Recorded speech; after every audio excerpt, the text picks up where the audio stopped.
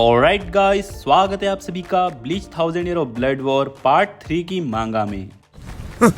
पिछले चैप्टर में हमने देखा किस तरीके से बेसबी और हैशवोल्थ दोनों मिलकर प्लान करते हैं युहाबाहा को मारने के लिए, लेकिन इन दोनों के रास्ते थोड़े थोड़े से अलग हो जाते हैं। एकदम से ही युहाबाहा आता है और हैशवोल्थ को अपने साथ ले जाता है अपना पार्टनर बनाकर, और बेसबी वहीं रह जाता है। इस वाले चैप्टर के बिल्कुल ही स्टार्टिंग में हम देखते हैं बेसबी और हैशवोल्थ की फाइट, जो कि एकदम ही प्रेजेंट की है, और यहाँ पर हैशवोल्थ ने बेसबी को बहुत ही ज्यादा गंदा कट लगा दिया है, जिससे कि बेसबी पीछे जाकर गिरता है। हैशवोल्थ बेसबी से कहता है कि मुझे लगता है अब बहुत हो चुका है ना बेसबी? अगर हम आपस में लड़ते हैं तो इससे मैजेस्टी को किसी भी तरीके का बेनिफिट नहीं होने वाला। बेसबी की हालत बहुत ही ज्यादा खराब हो जाती है, वो खून की उल्टियां भी करने लग जाता है और कहता है कि मैजेस्टी को कोई भी बेनिफिट नहीं होने वाला है ना, कोई जरूरत भी नहीं है कि मैजेस्टी का बेनिफिट हो। मैं यहाँ पर आया ही हूँ इसलिए ताकि मैं मैजेस्टी को खत्म कर सकूं, तुम्हें पता है ना। इतना कह के बेसबी अपनी बर्नर फिंगर 4 से वापस हैशवोल्थ के ऊपर अटैक करने वाला होता है। हैशवोल्थ कहता है कि बस बहुत हो चुका है, मैं तुम्हें पहले ही कह चुका हूँ। इतना कह के वो बहुत ही जोर से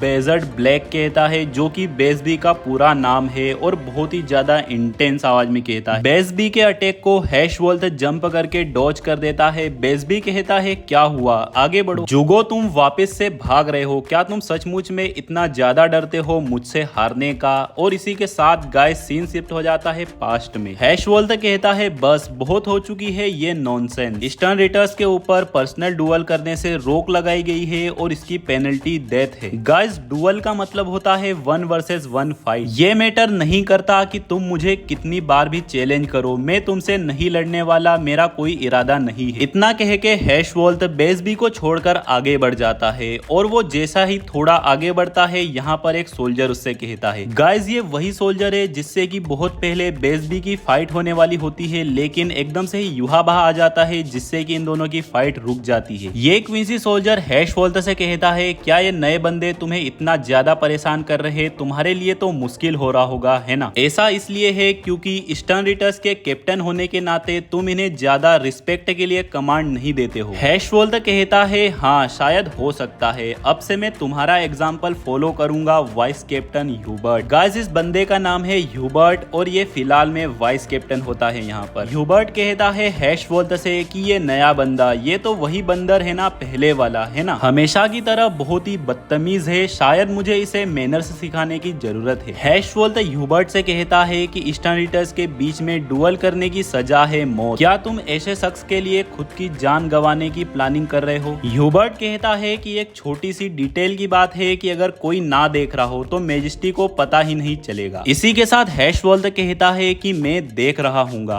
इसी के साथ यहाँ पर बेसबी की आवाज आती है अपने एरो को निकालते हुए। 3 साल बीत चुके हैं उस बात को जब से हैशवोल्थ को युहाबाहा लेके गया था, और मुझे पूरे 3 साल लग गए अपनी खुद की जगह बनाने में ईस्टर्न रिटर्स के अंदर, और तुम वहाँ पर कैप्टन बन चुके हो। या फिर ऐसा भी हो सकता है कि तुम्हें डायरेक्ट कैप्टन के लिए ही अपॉइंट किया गया था, क्योंकि मैं वहाँ पर नहीं था इसलिए मुझे इस बारे में नहीं पता। और इसी तरह से मैंने तुम्हें जितनी भी बार चैलेंज किया, तुम बार बार लगातार सिर्फ उनसे बचते गए, उन्हें टालते गए। कोई मैटर नहीं करता भले ही मैंने कितने भी बार तुम पर अटैक किए हो, तुमने एक बार भी मुझसे सचमुच में फाइट करने की कोशिश भी नहीं करी। सबसे आखिरी में बेसबी अपने मन में ही कहता है कि इस तरीके से भागना बंद करो और एक रियल मैन की तरह मुझसे फाइट करो। इसी के साथ सीन वापस प्रेजेंट में शिफ्ट हो जाता है, जहां पर हैशवोल्थ बेसबी का हाथ उड़ा देता है और बहुत ही खतरनाक तरीके से। इसी के साथ बेसबी अपना फाइनल अटैक करता है, बहुत ही खतरनाक वाला, जिसका नाम होता है बर्निंग ऑल फिंगर्स। लेकिन हैशवोल्थ बहुत ही ज्यादा आसानी के साथ इस अटैक से बच जाता है और बेसबी के ऊपर कट लगा देता है, और बेसबी यहाँ पर लगभग पूरी तरीके से हार ही चुका है। बेसबी एकदम ही आखिरी में हैशवोल्थ की तरफ बढ़ता है और उसके कपड़ों को पकड़ लेता है, और बेसबी हैशवोल्थ से कहता है कि तुमने मुझे हरा दिया जुगो, डैम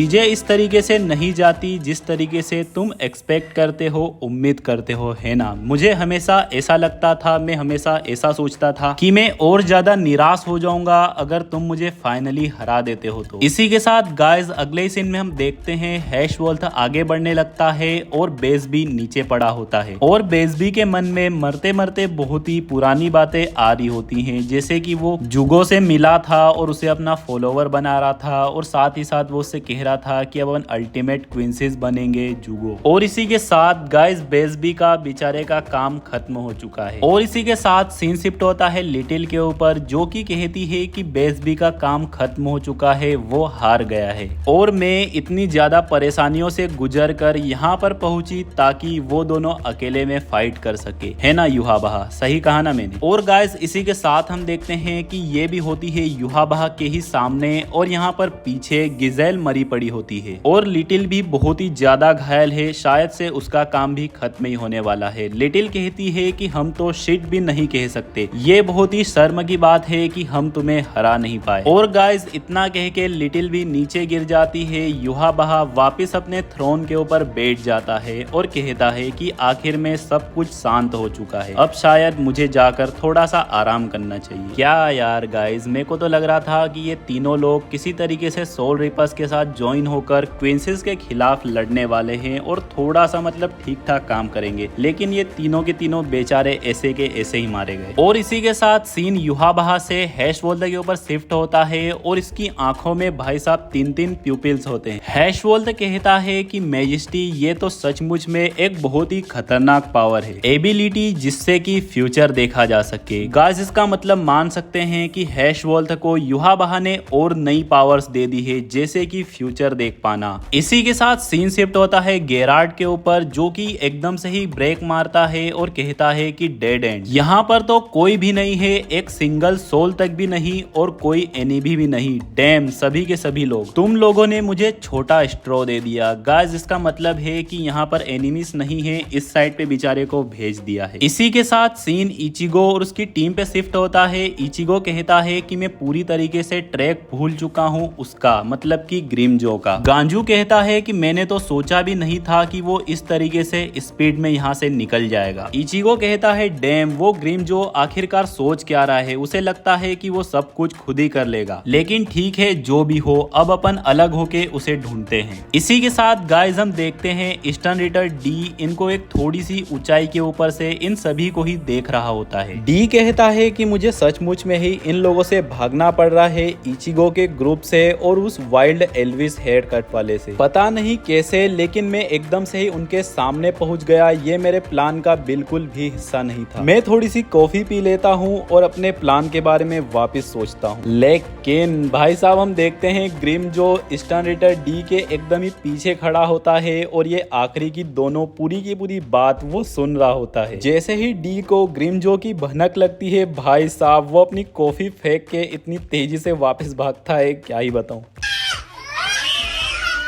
ग्रिमजो भी उसके पीछे भागते हुए कहता है कि तुम्हें लगता है कि मैं तुम्हें जाने दूंगा, जबकि मैंने इतनी मेहनत से तुम्हें ढूंढा। डी कहता है कि मुझे थोड़ी देर के लिए जाने दो, ये लो मैं तुम्हें ये देता हूँ, और वो अपनी पर्पल कलर की पावर का एक बॉल बनाकर ग्रिमजो की तरफ छोड़ देता है। डी कहता है कि ये गिफ्ट है, इसे रख लो। ग्रिमजो कहता है एक गिफ्ट, तुम्हें लगता है इतना स्लो अटैक मेरे को लग जाएगा। इतना कह के ग्रिमजो उस अटैक को अपने हाथ से काट देता है। अगले सेकंड में ग्रिमजो वहां पर नीचे गिर जाता है और कहता है कि ये क्या हो रहा है। डी कहता है जो तुम्हारा गिफ्ट बॉल था वो एक पॉइजन बॉल था, तुम्हें क्या बचपन में किसी ने सिखाया नहीं है कि अगर स्ट्रेंजर्स कोई चीज तुम्हें दे तो वो लेना नहीं चाहिए। अगर तुम अपनी मम्मी का कहना नहीं मानोगे तो ये चीज तो तुम्हारे लिए जानलेवा साबित हो सकती है। और यहाँ पर ग्रिमजो की हालत पॉइजन की वजह से और भी ज्यादा खराब होने लग जाती है। और इसी के साथ सीन शिफ्ट होता है 13 कोर्ट गार्ड वाली टीम के ऊपर, जो कि लगातार पहले पैलेस की तरफ बढ़ रहे होते हैं, मतलब कि कासल की तरफ। यहाँ पर एक बंदे की आवाज आती है जो कि कहता है इन लोगों का जो फॉर्मेशन है वो थोड़ा अलग होने लग गया है। जो इन लोगों की एक एक बंदे की इंड्योरेंस है और स्पिरिट पार्टिकल्स को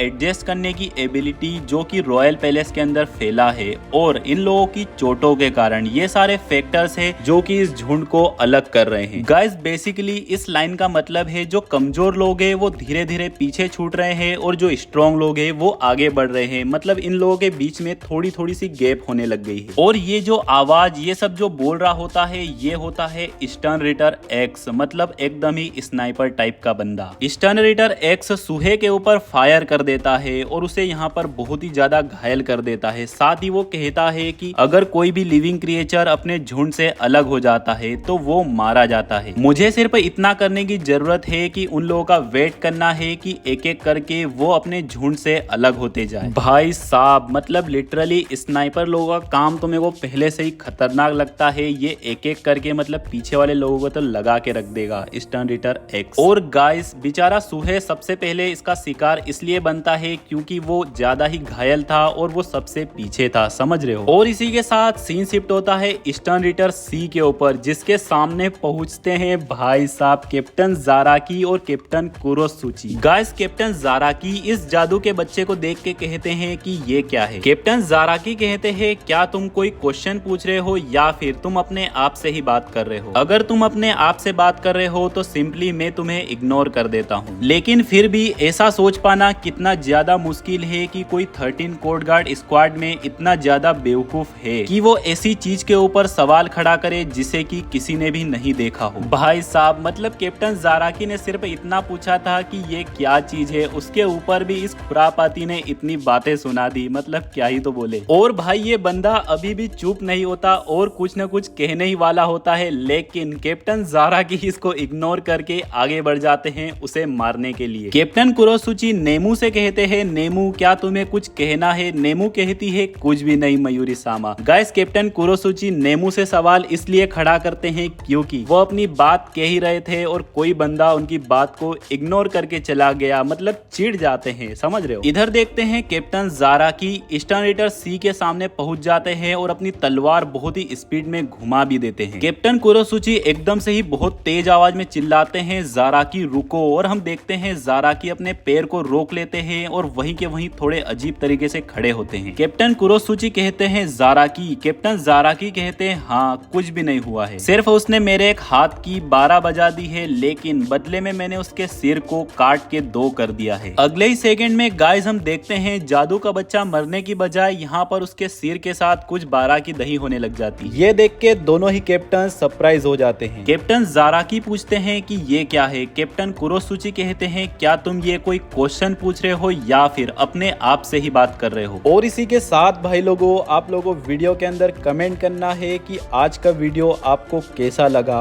और साथ ही साथ वीडियो को लाइक जरूर से करना है, चैनल को सब्सक्राइब करना है, बेल आइकन को ऑल सेलेक्ट करना है, क्योंकि ये है इस वाले चैप्टर का एंड। मिलते हैं बहुत ही जल्द अगले चैप्टर में इस जादू के बच्चे और कैप्टन जाराकी प्लस कैप्टन कुरोसुची की फाइट में। तब तक के लिए मेरे सभी भाई लोगों को सायोनारा, बाय बाय।